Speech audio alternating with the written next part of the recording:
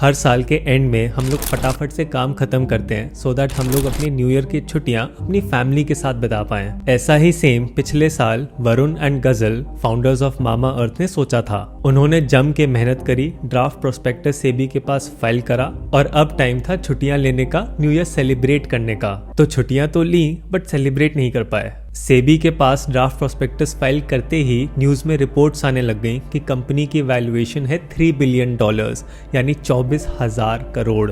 And पूरे social media पे मान लो जैसे कि एक बवाल ही मच गया हो, चाहे वो लिंक्डइन हो, फेसबुक हो या ट्विटर। हर जगह मामा अर्थ के आईपीओ को बैश किया जा रहा था। बट इंटरेस्टिंगली ये 24,000 करोड़ रुपए कहीं पे मेंशन नहीं था, ना ही ये प्रोस्पेक्टस में दिया हुआ था और ना ही इसके फाउंडर्स ने इस वैल्यू को बताया था। और इतने बैकलैश को देखते हुए वरुण एंड गजल को एडवाइस किया गया था कि वो लोग अभी साइलेंट पीरियड पे चले जाएं, यानी कंपनी के फ्यूचर प्लान्स या बिजनेस प्लान्स के बारे में नहीं डिस्कस करें। बट दोनों ही फाउंडर्स ने लिंक्डइन पे पोस्ट डाले थे डिनाइंग द फैक्ट कि वो लोग वाउच नहीं करते for this 24,000 crore valuation. But तब तक लेट हो चुका था, जितना डैमेज होना था वो सारा डैमेज ऑलरेडी हो चुका था। अब यहीं पे चीजें बहुत इंटरेस्टिंग हो जाती हैं। इन जनवरी 2022 जब मामा अर्थ ने सिकोया कैपिटल से फंडिंग ली थी $52 मिलियन, उस टाइम मामा अर्थ की वैल्यूएशन थी $1.2 बिलियन। एंड उसी साल 2022 के एंड में दिसंबर में मामा अर्थ की वैल्यूएशन हो जाती है $3 बिलियन। सो ऐसा क्या हो गया था जनवरी एंड दिसंबर के बीच में कि भाई वैल्यूएशन डबल से भी ज्यादा हो गई? तो इसकी वजह बनी जब मार्च में फाइनेंशियल ईयर 2022 एंड हुआ, तब मामा अर्थ फर्स्ट टाइम एक प्रॉफिटेबल कंपनी बन गई 14 करोड़ के प्रॉफिट पे। तो ठीक है, ये तो बहुत अच्छी बात है, तो इसमें प्रॉब्लम क्या है? अब किसी कंपनी का शेयर ओवर वैल्यूड है या अंडर वैल्यूड है, ये चेक करने का एक तरीका होता है पीई रेशो, जिसे प्राइस अर्निंग रेशो बोला जाता है। और ये पीई रेशो चेक किया जाता है अकॉर्डिंग टू द इंडस्ट्री जिसमें कंपनी ऑपरेट करती है एंड उसके हिसाब से डिसाइड किया जाता है। तो जैसे डाबर का पीई रेशो है 55 और कोलगेट का है 38 एंड हिंदुस्तान यूनिलीवर का है 54। और वही मामा अर्थ का जो रफली 6 साल पुरानी कंपनी है, उसका पीई रेशो बनता है 1700। इतना ज्यादा PE as compare to the industry. भाई ये कैसा मजाक है? मतलब तुमने सारी कंपनीज को पीछे ही छोड़ दिया। तो ये तो बात हुई कि शेयर्स ओवर वैल्यूड हैं या अंडर वैल्यूड हैं। बट बैकलैश का दूसरा रीजन बना एडवर्टीजमेंट। अब देखो, एफएमसीजी सेक्टर में ये चीज बहुत ही कॉमन होती है कि जब भी कोई कंपनी नया प्रोडक्ट लॉन्च करती है तो वो काफी पैसा खर्च करती है अपने एडवर्टाइजमेंट पे। एंड ऐसे करके हमें पता चलता है कि भाई किसी कंपनी का कोई नया प्रोडक्ट आया है मार्केट में, एंड फिर हम लोग उसको खरीदते हैं, यूज करते हैं, एंड देन उसके बाद अगर वो प्रोडक्ट हमें अच्छा लगता है तो फिर हम खुद ही अपने आप जाके उसको खरीद लेते हैं।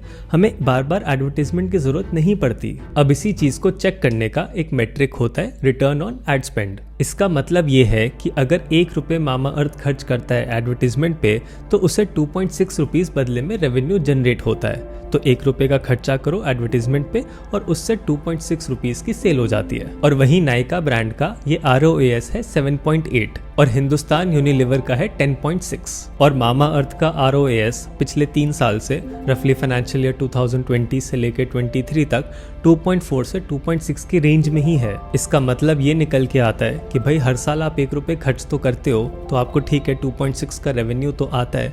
बट उन लोगों का क्या जिनने पिछले साल आपका प्रोडक्ट खरीदा था, वो क्यों नहीं अपने आप खरीद रहे? तो कस्टमर रिटेंशन कहाँ है? कायदे से हर साल ये नंबर बढ़ता जाता है अगर आपका प्रोडक्ट अच्छा हो और कस्टमर उसको बार बार खरीदे।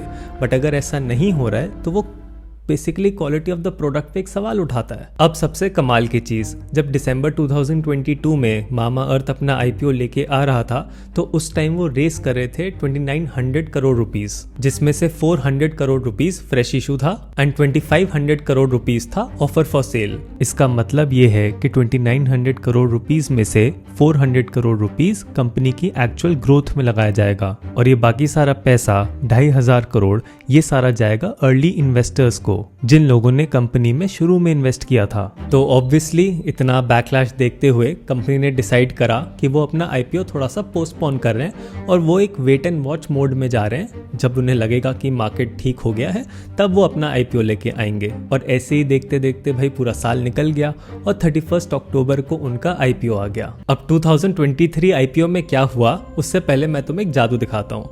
तो जैसे ये है, ठीक है, अब मैं इसको गायब करके दिखाता हूँ, तो ध्यान से देखते रहना। देखो गायब हो गया। तो ये बड़ा सस्ता जादू था, बट ऐसा ही बहुत ही बढ़िया जादू मामा अर्थ ने दिखाया अपने इस आईपीओ में। तो उन्होंने अपनी वैल्यूएशन 24,000 करोड़ से नीचे कर दी 10,000 करोड़ पे। यानी ये 14,000 करोड़ रुपए कहाँ से आए थे, कहाँ चले गए, मतलब कौन सा जादू हुआ कि ये पैदा हो गए, खत्म भी हो गए, किसी को नहीं पता। तो अब तुम ये सोचो कि अगर वो बैकलैश नहीं हुआ होता और कंपनी 24,000 करोड़ की वैल्यूएशन पे ही अगर अपना आईपीओ निकाल देती, तो आज उन्हीं खुद के हिसाब से, फाउंडर्स के हिसाब से, उस कंपनी के वैल्यूएशन आज 10,000 करोड़ रुपए है। यानी 60% वैल्यूएशन वो तो भाई 10 महीने में ही डाउन हो गई। और इस बार वो लोग रेस करना चाहते हैं 1700 करोड़ रुपीस, और उसमें से फ्रेश इशू जो अब आपको समझ आ रहा होगा वो है सिर्फ 360 करोड़ रुपीस। एंड बाकी सारा पैसा वो ऑफर फॉर सेल है उन लोगों का जिनका पैसा अटका है। एंड आज 10 महीने बाद भी एडवर्टीजमेंट्स का वही सेम सीन है। इनके रेवेन्यू का 40% जाता है एड्स में, जहां पे 3,958 इन्फ्लुएंसर्स इनका प्रोडक्ट प्रमोट करते हैं। तो इससे ये भी समझ आ गया कि क्यों इतने सारे इन्फ्लुएंसर्स मामा अर्थ के प्रोडक्ट को प्रमोट कर रहे हैं। तो हर जगह हम यही सुनते रहते हैं कि भाई ये प्रोडक्ट खरीदो, ये वाला अच्छा है, ये वाला अच्छा है। तो अब वो समझ आ गया कि क्यों हो रहा है। तो इन्हीं सब फैक्टर्स की वजह से लोग डिस्कस कर रहे हैं कि भाई कंपनी के आईपीओ में इन्वेस्ट करना चाहिए या नहीं करना चाहिए। एंड जब तक ये वीडियो आप देखोगे तब तक आईपीओ खत्म भी हो चुका होगा। तो लोग इसके आईपीओ को लेके बहुत ही ज्यादा स्केप्टिकल हैं, बिकॉज वो देख चुके हैं क्या हुआ था जब Paytm, Zomato, PB Fintech and Nykaa का आईपीओ आया था। तो ये थी पूरी कहानी मामा अर्थ की। एंड आई होप आपको इस वीडियो के थ्रू समझ आया हो कि पूरी स्टोरी क्या चल रही है पिछले साल, 1.5 साल से। मैं मिलता हूँ आपको नेक्स्ट वीडियो में एक नए टॉपिक के साथ। Till then, you take care, have a nice day.